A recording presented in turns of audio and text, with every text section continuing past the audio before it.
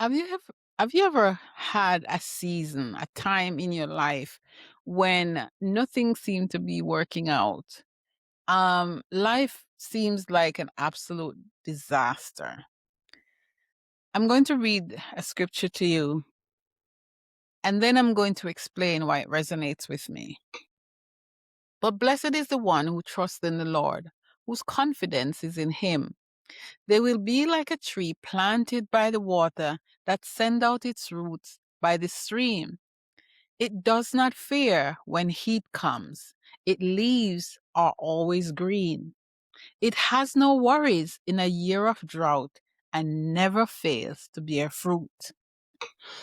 The reason this resonates with me is that I remember when, at the height of the financial crisis, as a real estate agent and as an insurance agent, I was having a difficult time. And as a divorced mom of two young sons, I life was a bit life was like a stranglehold on me.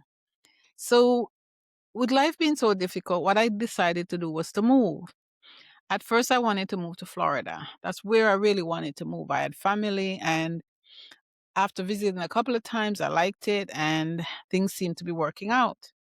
But it didn't feel right for some reason. I had somebody who referred me to an employment agency in New York City. And although I had no intention of or idea of wanting to live in New York City, I went ahead and applied for a job. And while I was at it, I applied for two jobs with two different agencies. Maybe 15 minutes, if that, after I applied, I got a phone call from one of the agencies. And he, they asked me if I would come in for an interview the next day. This was Tuesday. I said, no, I can't come in tomorrow, but I could come in Thursday. And so we made an appointment for 9 a.m. Thursday morning. This interview, 900 miles away in New York City. And realizing what I did, I went to my room and I knelt and prayed to God. And I said, God, I just agreed to go to New York City on Thursday. How am I going to get there? I have no way of getting there. And before I got up from my knees, before I got up from my knees, my phone rang. And it was a friend of mine who just said, what's up? And I said, I hadn't called him, but I explained to him what was happening. And he said, take this number down, call him. He owes me. Tell him to give you a ticket. So I had a ticket. Now I had other problems. You know, that's what we do. We find problems. In the middle of the solution, we find problems. So the next problem was what was I going to wear? I had this navy suit, really nice and professional, but it was in the cleaners, and it's been at the cleaners for weeks. It cost $15. I had no money, and I was trying to figure out how I'm going to get this suit. So I called a friend and I explained to him what was happening. And, he said, come, I'll give you $20 so you could go get your suit. I said, well, I can't because I don't have any gas in my car. Told you I didn't have any money. He said, give me a couple of hours and I'll come by. So he came by, gave me $40. So I was able to put $20 gas in my car and another 20 to go pick up my suit at the cleaners. So now the third problem was that I had two children in middle school. What was I going to do? But I also had a son, an 18-year-old at the time, maybe 19. We were estranged, but I called him and he said, yes, he would watch them for me. All set and ready.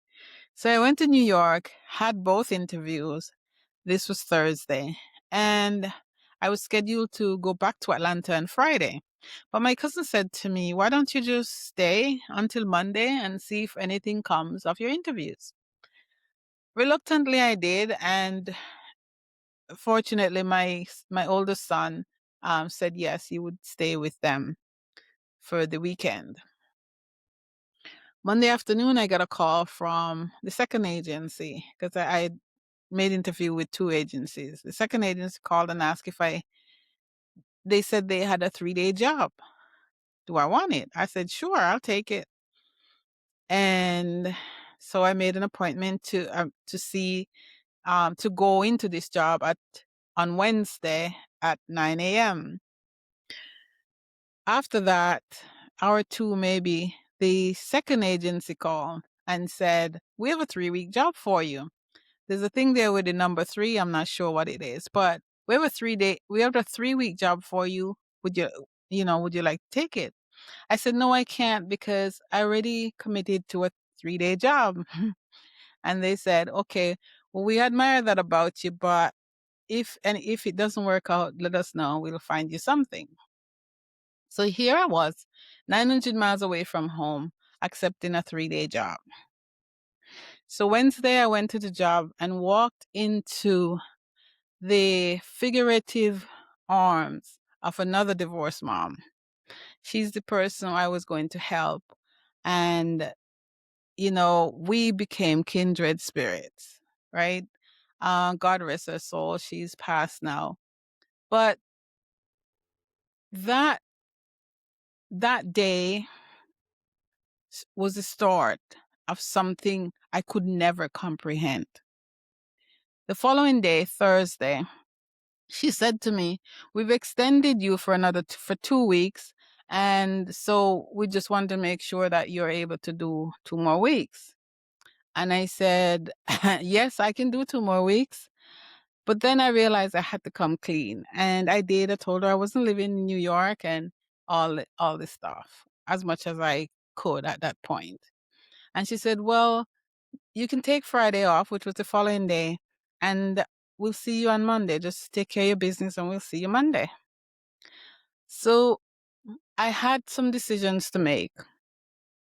I had an aunt in New Jersey. I called her and I said to her, "I have a job for 2 weeks, but I need someplace to stay." She said, "You could stay here with me. It's fine." My cousin also said the same thing. So everything was good, right? Friday, I was on my way to Atlanta. And while on the plane thinking, I realized that this could not be a temporary move. I could not leave my children in Atlanta with God knows who. I had to take them with me. This was going to be a move. So when I got to Atlanta, I called my aunt and, you know, let her know that I was going to move and I needed to bring my sons with me. She said no, they couldn't come. So that was that. My cousin said the same thing. And so I was left without a place to live with all these commitments that I made. But for some strange reason, I wasn't panicking, right? So next day was Saturday, and I called my friend. He had a truck, the same guy who I got the ticket through. I said, "If you know anyone who wants stuff, furniture," I had a 3-bedroom apartment at the time, "come and take everything. Anything that's here, they can have." So I put aside what I needed to take with me, what could fit in my 2001 Camry, and they cleaned out my house that Saturday. But the problem was that the next morning I was driving to New York, but I didn't have a place to live. Alone, it's not a problem. With 2 children, yeah, it's a problem. So I checked my Rolodex as a real estate agent. I had a lot of contacts and I checked it. And yes, aged me, but okay. And I called a friend who was a mortgage broker. I knew he was from New York, but he was living in Florida at the time. And I said, "Do you know anyone who has a room in New York?" I don't know why I asked for a room, but that's what I did. He said, "I have a room in Queens." And I said, "Really? How much?" And he said, "Don't worry about that. We'll talk about that when you get to Queens." So Sunday morning, 6:30 a.m., I set out from Atlanta, Georgia to Queens, New York. Didn't know where I was going, no GPS. That 12-hour journey took me almost 23 hours. I arrived at the apartment at 3:30 a.m. Monday morning. Got lost, wandered around in the dark, was scared. It was just a mess. Anyway, so went into this room in the dark, turned on the light. This room was just a double bed with a double bed with a TV stand and a TV, and that was all that was in the room. Luckily, I travel with my sheets and pillows, and I spread the sheet down, put the pillow down, and said, "You all go to sleep." And I lay down next to him, and we all fell asleep. Next morning, around 6 a.m., my friend called and said, "Aren't you going to work?" I said, "No, I'm not going to work. I just got in." And he's like, "Well, you committed to Monday morning and you got to go." So I got up, did the needful, and 2 hours later, 2.5 hours later, I was back in at the work, at the job. At the end of the first week, the manager now came into me and said, "We like what you're doing and we're going to extend you for another 2 weeks because we can't extend you for longer than 2 weeks." That was a policy at the time. But we also like to talk to you about your future with us. Hmm. So I'm like, okay, all right. And 2 weeks later, when that 2 weeks was up, they came and offered me a position, negotiated my salary, negotiated my benefits, and everything was hunky dory. But we were in a financial crisis in the middle of Wall Street. And so 17 months later, I got laid off. And I didn't panic. We knew it was coming. They told us what would happen. And I was one of those that was laid off. Got severance, qualified for unemployment. No big deal, right? But I was in New York City, a new town with my young children, and no safety net, really. But while explaining to my friend who I was telling this, that it happened, and we're laughing and joking, and he said, "Did you tell me the truth that you got laid off?" I said, "Yeah, would I joke about that?" And he said, "Because you're so calm." I said, "Yes, I'm calm because God brought me here, and I know that he knows what he's doing. And I'm gonna leave it to him." As a matter of fact, the manager who gave me the exit interview was the same manager who hired me. I hugged him and told him thank you because it was a good job. And I'm one of those people. I'm grateful. I was grateful because God led me to that job. I was laid off for 3 months. I had no problems paying my bills, my rent, and in 3 months, I got an email from one of the managers at the firm saying, "If you're still looking for a job, contact this person. They're looking for someone." Contacted the person, got the job. About a month or so later, I applied for a permanent position, got it. Beat out people with master's degree who thought they were better than me, and got the job. And I stayed at that job for almost 14 years.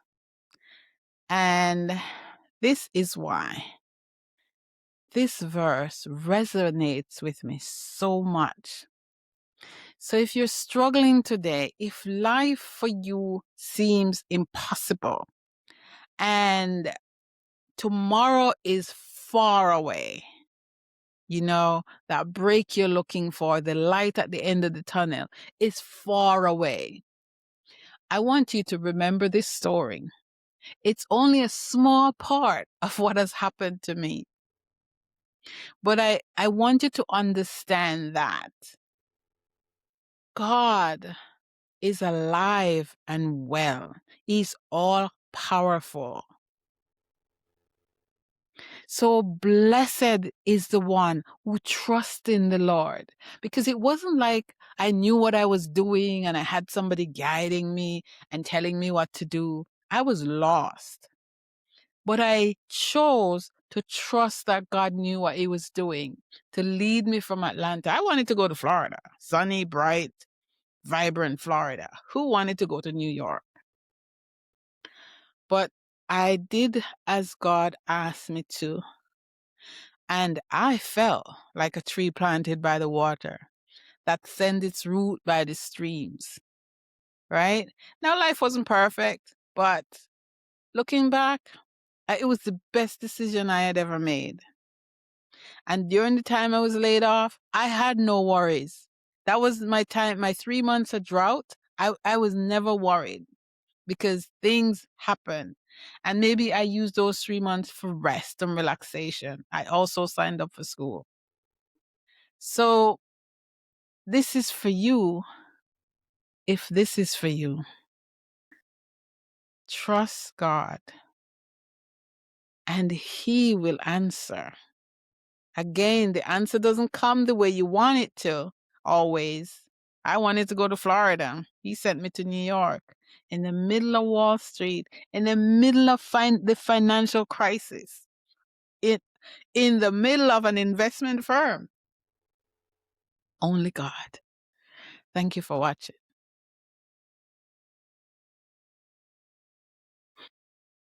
I'm Rosemarie Francis, host of SoloMoms Talk podcast and author of Courage to Believe devotional. It's a 21-day devotional for single moms. I encourage you to come back each day and watch or listen to these daily devotionals. Most of the theme is taken from the 21-day devotional, but a lot of it is based on my everyday experience and what I feel that the Holy Spirit has downloaded that day.